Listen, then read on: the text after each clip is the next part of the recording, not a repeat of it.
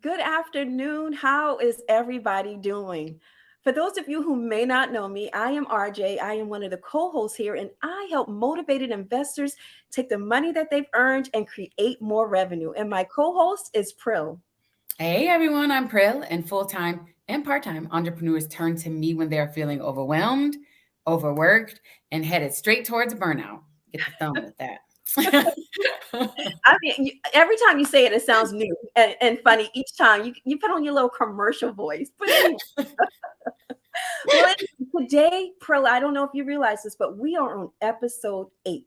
Yes, Ugh, episode 8. wild. Wow. Man, we almost didn't make it to episode 1. Thank I goodness for LinkedIn and stepping outside of our comfort zones. honestly. But you know what? If you've missed any of our conversation, like I said, today we're on episode 8. We have 7 more that you can go and watch. If you gotten any value, if you have any questions, or if you just want to join the conversation, please, we welcome you and invite you to do so. Now, last week we had our speaker series. We had a very special guest, Aubrey Grimsley. Mhm. Now, I just want to suggest something a little bit different this week. I know I always suggest that you go back and listen, but this time I want you to go back with pen and paper and come with expectations because Aubrey, she goes all the way in. She gives us nuggets and tools, things that you can start today. Wouldn't you say, April? Yeah. Oh, yeah, for sure. For sure. I went back and I rewatched it. And I took some notes and developed my own little, mantra. It's a work in progress, but yeah, it was powerful. I don't even have words. Yeah. It was really good. So again, Yeah. go back and watch that. Now, today we want to talk about the perception of fraudulence, but let me just go Mhm. over a couple of questions to get us going. Do you struggle with the ability to assess your competence and skills? Do you sabotage your own success? Do you self doubt? This one is big. Do you fear you won't live up to expectations? And do you find yourself berating your performance? What do you Hmm. think? What do you think? Yeah, so I don't know anything about all of that. Because as I mentioned to you before, I've never experienced imposter syndrome. But okay, hold on. That sounded a little bit hoity-toity. But it's not like I was so great or above anything or impervious to it. But the fear of looking bad or like stupid being caught off guard, that I think is what deterred me. Plus, let me think about how I'm going to say this. Okay. I'm just going to say it. I'm going to keep Yeah, it let's real. be transparent. Yeah, because that's what we do. Okay. So the collective, The infamous. yeah, we have to be better than our coworkers. Okay. If you know, I don't even need to say it. So for me, I had to be better than my coworkers, because I was unwelcomed in corporate. That space was not designed with people like me in mind. So I worked intentionally and strategically, like really hard to shun the very appearance, okay, of less than. And meaning that I had to like predict and preempt and like run all the permutations and the combinations, to make sure I don't get caught slipping. So, I didn't want to give up any opportunities. But again, that was motivated by fear. And it was based on reality, but it was motivated by fear. Does that make sense? No, it makes a lot of sense. Okay. And it shows up differently for everybody at different levels, different times of their life. I know for me, if I put myself out there, I have thoughts that would swim in my head. Do I belong here? Am I good enough? Do I deserve it? And years ago, before I actually started doing the work that I've, recently done since then, it would bump up against self-esteem, to be honest. Mm. That's really what it was. But now that I've done the work, I understand that's not what's going on. When I hear those thoughts swimming around, for me personally, it's just an implication that I'm actually leveling up, that I'm Mm. stretching Mhm. to the next level. I'm in uncharted territory. And if anything, I'm just doing it afraid. And that's fine. But Yeah, now I recognize, and you talk about this a lot of time about know thyself, that's right. awareness, right? So that Mhm. actually doing the work. But can you imagine what this actually looks like when it shows up in the workspace or in the entrepreneur world? Oh, well, look, I can tell you. Okay, so look, what did the meme say? Say less. Okay, hello. But look, I was a workaholic. Okay. Or I had a problem with working, if that's easier for some of you all to That's a receive. little bit easier to Yeah. digest. Yeah. Easier on the ears for some folks. Okay. But regardless, like I worked way too much. And I also used work as a coping mechanism. So again, I was motivated by fear, not performing, putting my job potentially in jeopardy, not having enough. As I mentioned, just a few moments ago, motivated by the fear of the people who I felt were out to get me. Because they did not have my best interests at heart, and making sure that I cover on my basis to be all the things, because you got to stay assertive, but you don't want to be aggressive. Like Right. you want to be That's approachable, nice. Yeah. but you don't want to be too friendly. But you want to be intelligent, but not too intelligent, because Right. then that's going to get intimidating. And then not That's to a lot of make balancing, and that sounds exhausting just hearing you, like it's too from one much. extreme to the other. It's too much. And this is something that we've been conditioned. So it's almost like it's just a part of our norm and our cultural norms. But speaking of culture, many times that corporate culture, it pits employees like against each other, and fosters like a culture of secrecy, like how they say, oh, don't, you're not supposed to talk about your pay or your bonus, things like that. And okay, and before I go on, let me say this. I'm going to pause. Okay. Because I'm not anti-corporate at all. Like RJ, you know this. I'm not like I'm not anti-corporate.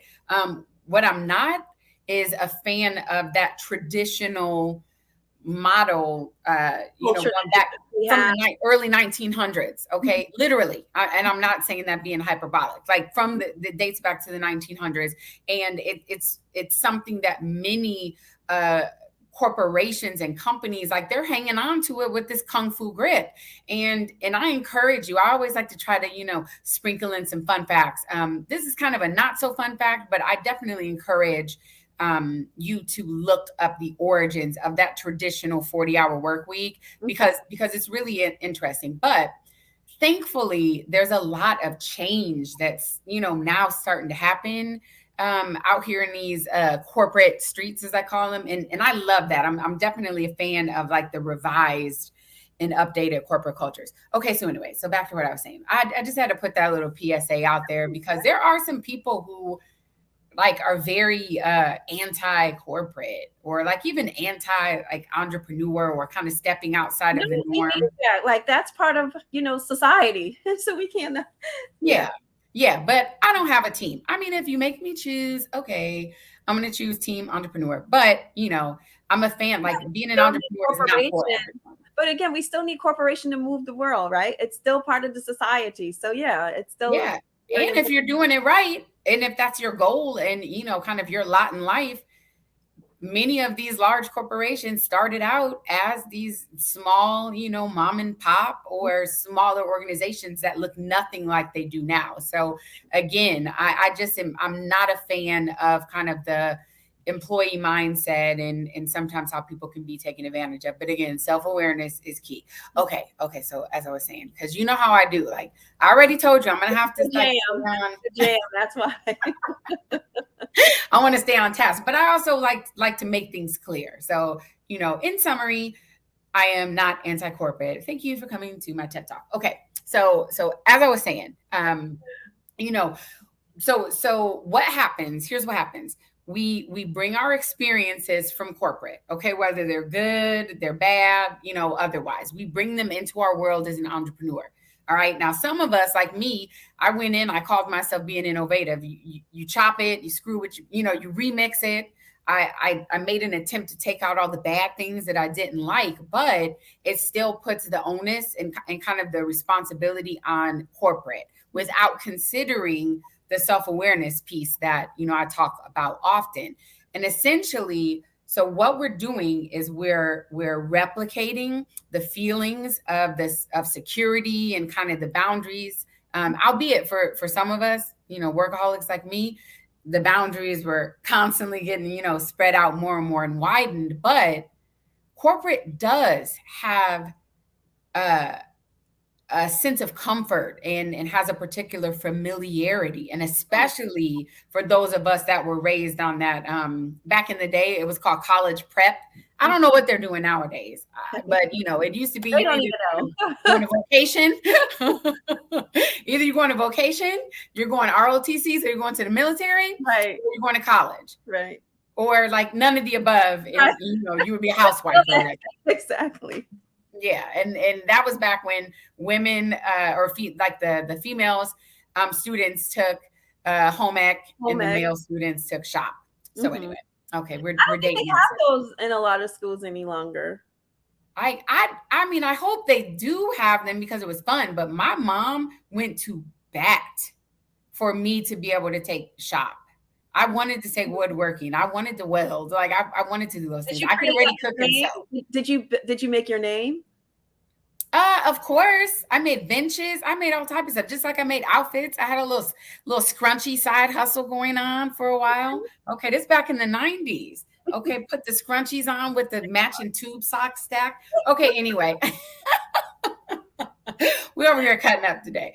Okay, but as I was saying, so if this is part of that conditioning, so something that started at home. Again, we have talked about, I think throughout this series, I think we've touched on it at minimum once in episodes, sometimes episodes dedicated to like the origins of some of our thoughts and our behaviors, and kind of why we think what we do and want what we want.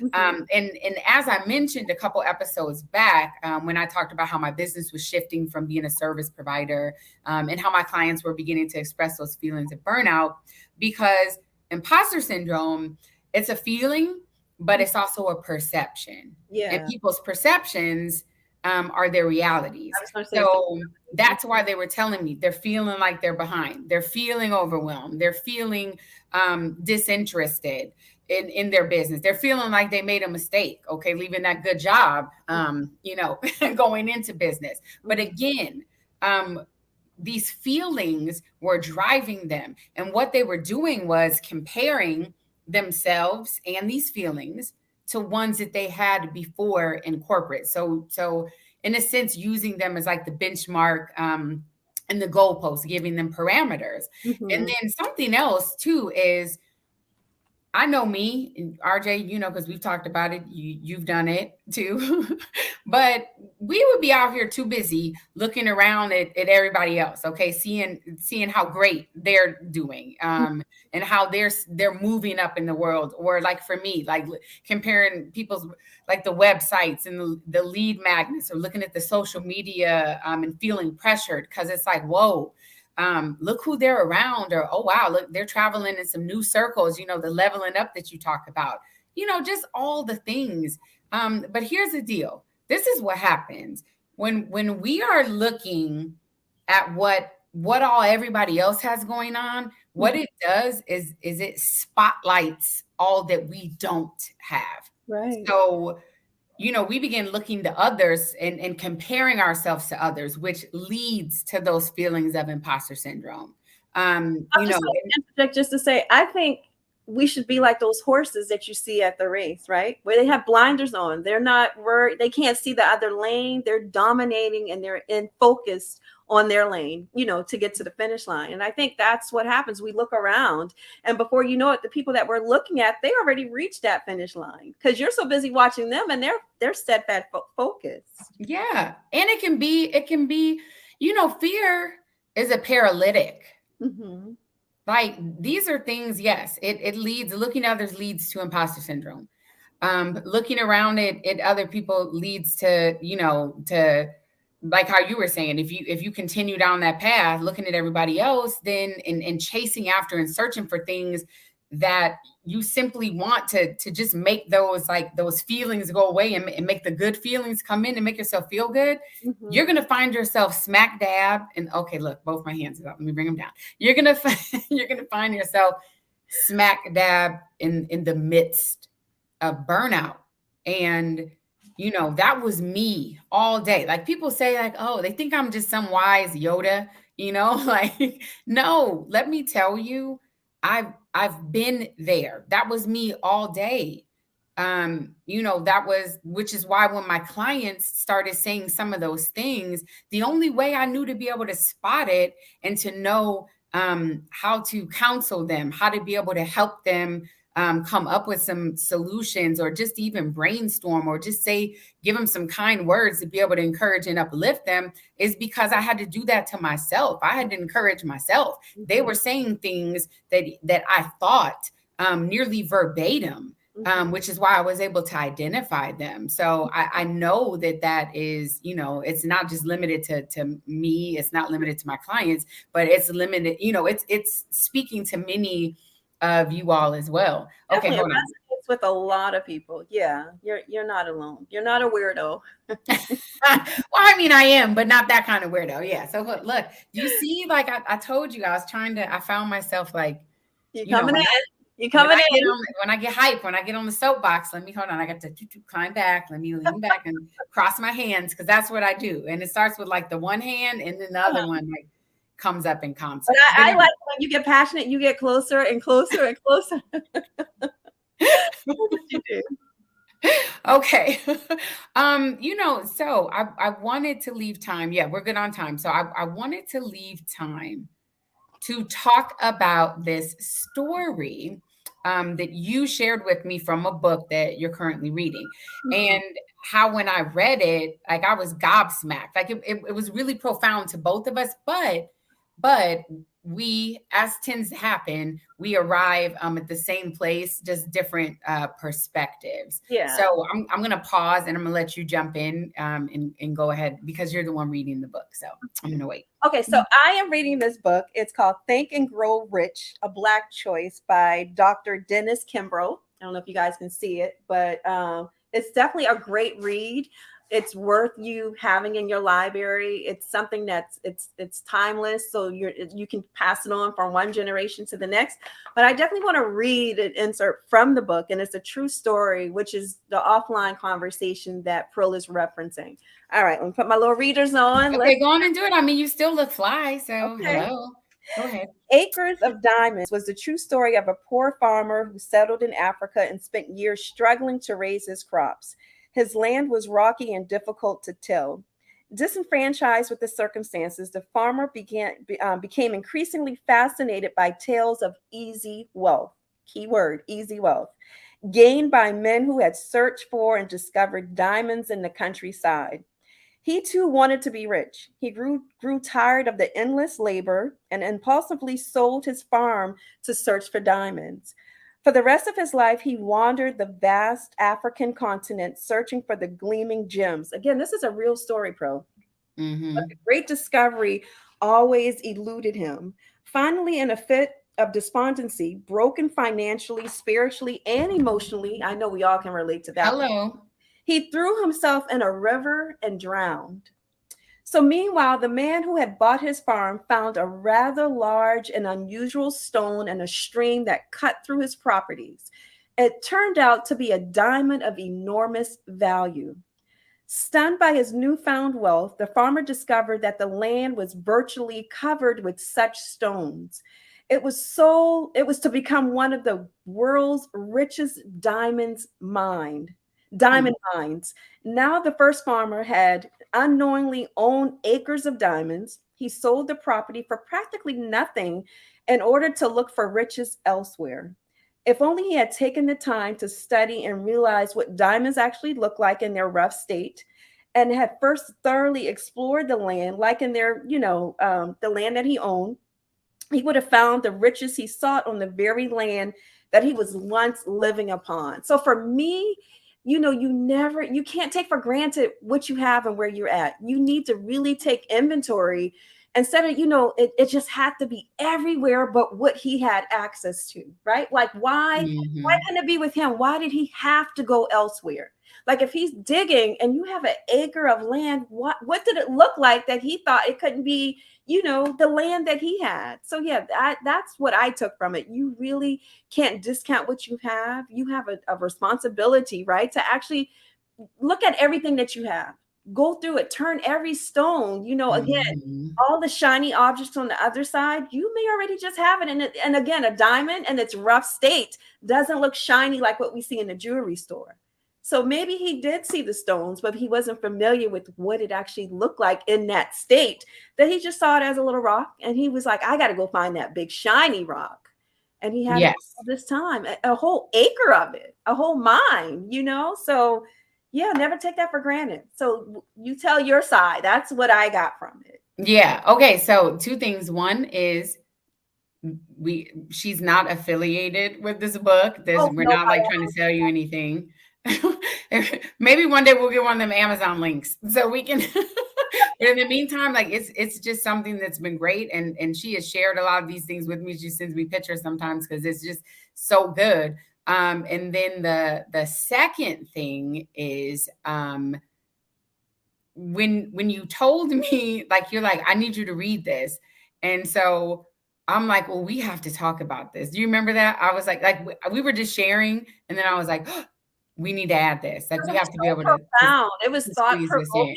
It Yeah. caused us to like even just pause in our offline conversation. It was like we were kind of speechless. Before we could actually talk about it, we just had to take it in because it was just a lot to process. Yeah, and it brought to mind our individual kind of personal experiences. So for me, I instantly thought about something, and I shared with you. I'm getting ready to share it again. This is a story that I've told, or in some kind of iteration, that I used to be like embarrassed about. The same as how I told, I don't know, maybe that was the second or third episode about how I had all that money in the bank and I was just so scared and, just traumatized. I don't mind sharing this story because I think that, that's where the power is. Like when you shine light kind of on some of those things that are like secret shames, Yeah. you remove the power from it. And so, anyway, okay. So quick story time. So I spent over $50,000 of my own money in Q4 2019. Actually, from November through December of 2019, I spent Not over. even a quarter. That wasn't even Yeah, so I say Q4. I just want to make sure it's clear. It was during the fourth quarter, but it wasn't Right. And it was into the month of November, but I digress. So I was spending money on like everything. I'm talking about all the trainings and programs. I was traveling all over, racking up those miles, going to master classes and masterminds, and I was going to all the conferences. Like any ebook, I'm buying it. Every targeted ad product. Look, I was doing the most. I told you, like, again, I have to make sure that I work hard to stay balanced. I'm naturally very binary. So if it's out there, I got to have it. And I was doing that because I was searching for someone or even something to give me that stability, to help me with that balance and that sense of comfort that I mentioned that corporate gives. And that honestly that I felt I was missing as an entrepreneur. But once all the dust settled and I snapped out of it, okay, because your pockets get hit only but so much before it finally you're like, oh, hey, it's whoa, like, wait what's a going minute, on here? what's going on here? Right. Okay. And I had to really encourage myself and just remind myself of who I am. All right. And I realized that everything that I needed, it was already inside of me. Yes, I was looking for externally. I was looking for someone else to validate me, just to be 100% honest. Like my business plans, my ideas, my knowledge, like that was all on point because like logically looking back, it's like, well, it's not like I left my brain or left my skill set or left my capabilities, in that bottom drawer, in the office the day that I ran up out of there and peeled out of the parking lot. But yet I was moving as if I did. I was moving as if, everything that I was tied up and attached to corporate. So that's Because you needed validation of what you were doing. That's a form of imposter syndrome as well, though. Oh, well, thank you. You did mention that. Yeah. So again, but remember, at the top of this, I started out saying like, yeah, I was out working my way. Like, I did not have this self-awareness. I can say that that's what this is now, but Yeah. at the time, I didn't know I was looking for something. I Right. was looking, what's everybody else doing? What the infamous they say, like you're supposed to have this, you're supposed to have that, So, This is the um, track you should be on. And yeah. yeah. So that story to me, it really drove home the point that like we have the value, and many times we don't realize it because we're too busy, like you said, the shiny object syndrome, or like looking to see what everybody else is doing and looking every place else besides here. Well, I should say here, there. Okay. Oh, let me look at the time because you know how I do. But yeah, it's about that time. So you already know what I'm going to ask you What's as that? we wrap up. Mhm. RJ, what are some of your key takeaways and your food for thought? My food for thought is just know that you're good enough, right? You don't have to Mhm. compete with anybody. And honestly, we all deal with the same basic issues of life. But what separates us is how we actually process it. That's the only difference. So, yeah, I would say just stay true to thyself, know thyself. Right. Know thine self. Okay. But yeah, That again, that's in the New Testament. But just know yeah. that you're good Mhm. enough. And the last thing I would add is if you have to go back and rewrite another iteration of your life, then do that. By all means, give yourself permission to do that. As a matter of fact, you should be doing that. You shouldn't remain the same with whatever narrative you have. If you're trying to move from where you're at to where you're trying to, matriculate to, it takes you rewriting it over and over and over. Yeah, I agree. And I will say this realistically, yes, there's always going to be somebody that you perceive as better, as smarter, that seemingly looks like they have it all together. I say seemingly, um, but here's the thing, okay, and this may like I hope that this abraises some of you all, but that's their business, That's not yours. All right. Remember how I talk about no scoreboard watching. So what is meant for them is theirs. What's right. meant for you is yours. Mhm. And it will find you exactly how and when it is supposed to. Trust me when I say it. So keep it positive, both inside and out, and just and be mindful of what you consume, and surround yourself with people and things that encourage and that celebrate you. All right. So just to quickly add to Yeah. that, as you're looking at those people move forward, when at some point they're going to be at a place of rest, right? And you're going to be moving forward, and guess what? They're going to be looking at you. So just remember, you're just like them in the journey. So I just wanted to add that. Yes. Well, and thank you for that because it's true. All right. Well, I guess it's time for me to give my spiel where you say I sound like the commercial, but But wait, thanks we for got tuning. we have okay. So Roslyn, Oh, hey Roslyn, thank you so yeah, much yay, for thank you. watching. And yeah, I'm glad that you got some stuff out of this. So that's good. Yeah, I mean this just again, you are watching things as they happen real time, just the growth, and just us being transparent and honest. And we're doing this because we didn't really have anyone, at times to do that for us. So if nothing else, this can kind of be just a repository and for people to go and look back and, just to get some value from it. But okay, thank you for joining us and tuning in today. And as usual, we would love for you to join us next week when we're going to talk about something that was honestly kind of a sore spot for me at one point, and that is people pleasing. And yeah, we're going to get into the various ways that it shows up because again, my I'm not gonna do it. Let me slow my Just roll. But I'll just say this: it say can this. show up a bunch of ways. It can, right? Yeah. And through and other people can, be a factor, a contributor to it showing up too. Yes. And if this is your first time joining us, then we invite you to check out episodes 1 through 7. Well, one through Um, eight, we're done with this one, wait a minute. Well, no, this is 8. right? So check all 8.